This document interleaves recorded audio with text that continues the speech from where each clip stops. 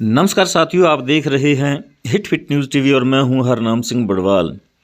दोस्तों, पूर्व प्रधानमंत्री डॉक्टर मनमोहन सिंह भले ही आज हमारे बीच नहीं रहे, लेकिन जिस प्रकार उन्होंने अपने पूरे जीवन को निस्वार्थ भाव से देश और देश के आम नागरिकों के लिए समर्पित कर दिया, वह कभी युगों युगों तक भुलाया नहीं जा सकता। उन्होंने हम भारतीयों के दिलों में ना कभी भुलाई जाने वाली और ना कभी मिटने वाली जगह बनाई है। उनमें बुद्धिमता और विद्वत्ता की पराकाष्ठा थी, सहनशीलता, धैर्य और अदम्य साहस था। वे शांति, सौम्यता और क्षमाशीलता के प्रतीक थे।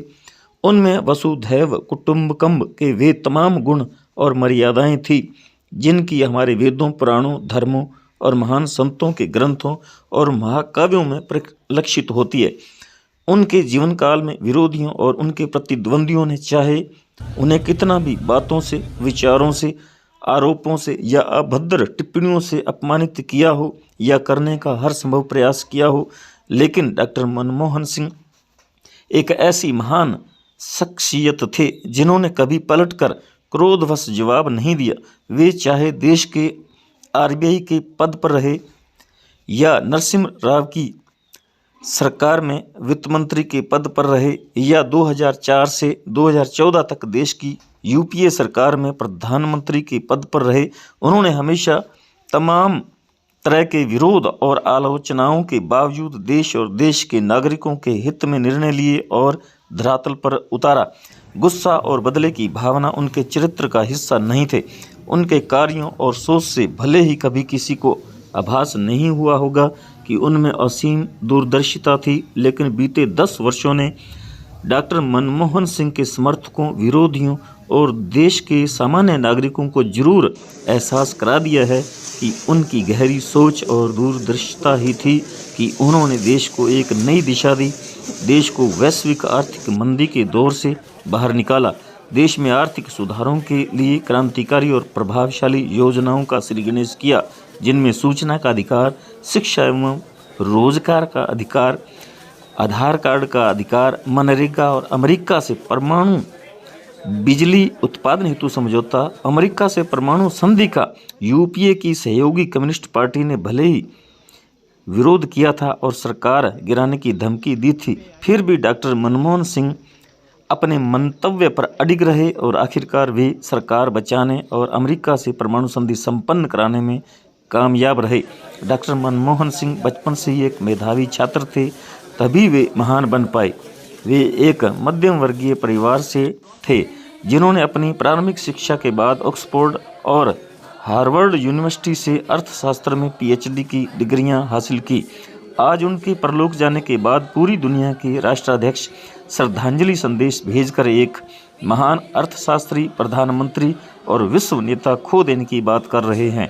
आज देश के प्रधानमंत्री नरेंद्र मोदी खुद शर्मिंदा महसूस कर रहे होंगे, जिन्होंने अपने प्रधानमंत्री पद की मर्यादा और गरिमा का ख्याल रखे बिना उन्हें मौनी बाबा, मनमोहन सिंह और बाथरूम में भी रेनकोट में नहाने जैसी अपमानजनक टिप्पणी से मजाक का पात्र बनाया था। अब सवाल प्रधानमंत्री नरेंद्र मोदी पर खड़े होना स्वाभाविक है कि क्या मरणोपरांत मोदी को भी डॉक्टर मनमोहन सिंह के जैसा प्यार और सत्कार मिलेगा? मेरा अपना ख्याल है कि कदापि नहीं, क्योंकि एक तरफ एक ऐसी शख्सियत जिसने सदा संविधान और संवैधानिक संस्थाओं का सम्मान करते हुए देश और देश के तमाम धर्मों के लोगों के हित की बात की और काम किया, जबकि दूसरी तरफ एक ऐसा प्रधानमंत्री जिसने धार्मिक भेदभाव को इस कदर आगे बढ़ाया कि आज देश में धार्मिक स्वतंत्रता और धार्मिक सहिष्णुता को ग्रहण सा लग गया है।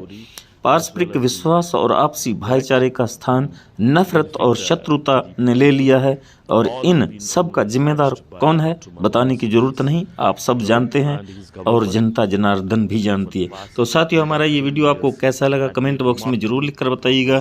यदि आपने अभी तक हमारे hit fit news TV channel को सब्सक्राइब नहीं किया तो प्लीज़ सब्सक्राइब कर लें। इस वीडियो को अधिक से अधिक शेयर करें, लाइक करें।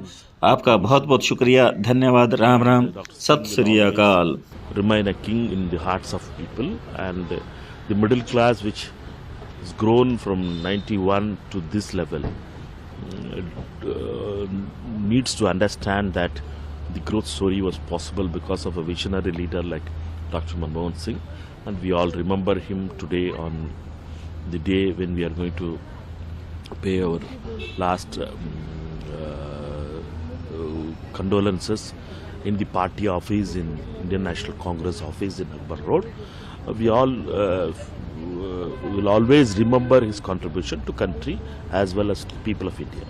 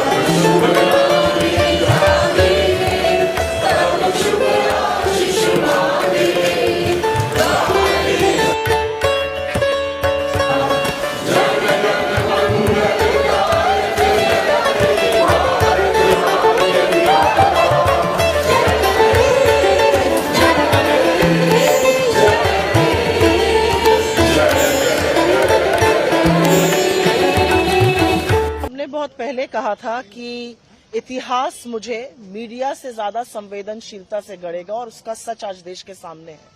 मेरा अपना मानना है कि डॉक्टर साहब ने न सिर्फ इस देश में एक नए मिडिल क्लास को जन्म दिया, नई ग्रोथ को जन्म दिया, मल्टीनेशनल्स को जन्म दिया, इकोनॉमिक प्रॉस्पेरिटी लाए, पर जिस तरह से उन्होंने पॉलिटिकल स्टेबिलिटी लाए, जिस चीज में वो यकीन रखते थे, चाहे वो न्यूक्लियर ट्रीटी हो, जिस तरह से जिस दृढ़ता से उसके साथ खड़े हुए, ये उनकी एक बहुत बड़ी देन है इस देश को। जिनके सामने विश्व सर झुकाता था, जिनके सामने अमेरिकी राष्ट्रपति बोलता था, जब डॉक्टर साहब बोलते हैं तो लोग सुनते हैं, वो सबने देखा है। मुझे अभी भी याद है 5 मिनट की वो तालियों की गड़गड़ाहट जब prime minister of India announce हुआ था और पूरी अमेरिकी सदन ताली बजा रही थी। तो बहुत बड़ी क्षति है, लेकिन अपने पीछे एक बहुत बड़ी लेगेसी, एक बहुत बड़ा यादों का कारवां, और सबके बाद इतना संवेदनशील और इतना गरिमामय रहना कि उनका अपोनेंट भी कायल हो जाए, ये उनकी खासियत है।